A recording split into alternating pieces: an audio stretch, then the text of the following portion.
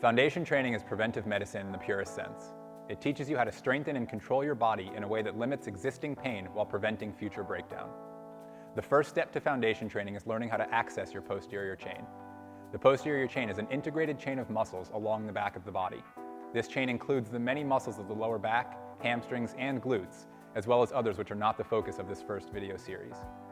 When we look at the spectrum of human movement, one thing becomes clear.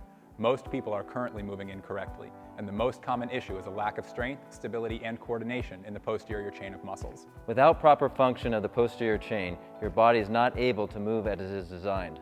The most common physiological symptom of a weak posterior chain is chronic back, hip, or knee pain due to the constant mechanical stress and eventual breakdown from bending at the lower spine instead of at the hip joint. Fortunately, when the muscles of your posterior chain learn to work together, your body begins to naturally brace the spine, while the large muscles surrounding the hip joints absorb the forces of gravity, propel you forward, and begin reinforcing healthy, primitive movement patterns. Though it may sound simple, most people do not know how to brace their spine, or how to integrate the glute and hamstring muscles into their movement. In fact, once movement patterns are sufficiently broken down, it becomes rather difficult for a person to access the muscles in the way we ask you to.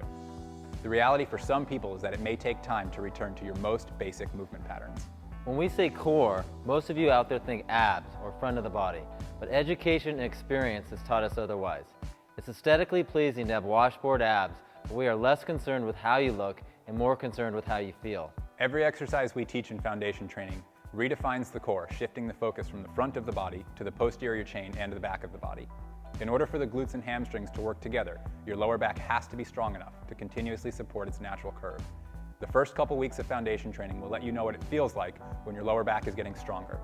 Once the low back is strong enough, the glutes and hamstrings begin to properly move and support the strongest joint in our body, the hip joint. When movement comes from the hips, your glute and hamstring muscles can both propel you and absorb the force of your movement, while the spine can remain protected and braced by a strong supportive back muscles. Our body is made to hinge. More importantly, our hip joints are made to hinge.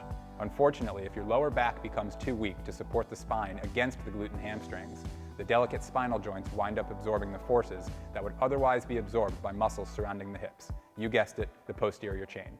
The most common reason for back pain is an inability to hinge from the hips because of weak lower back muscles.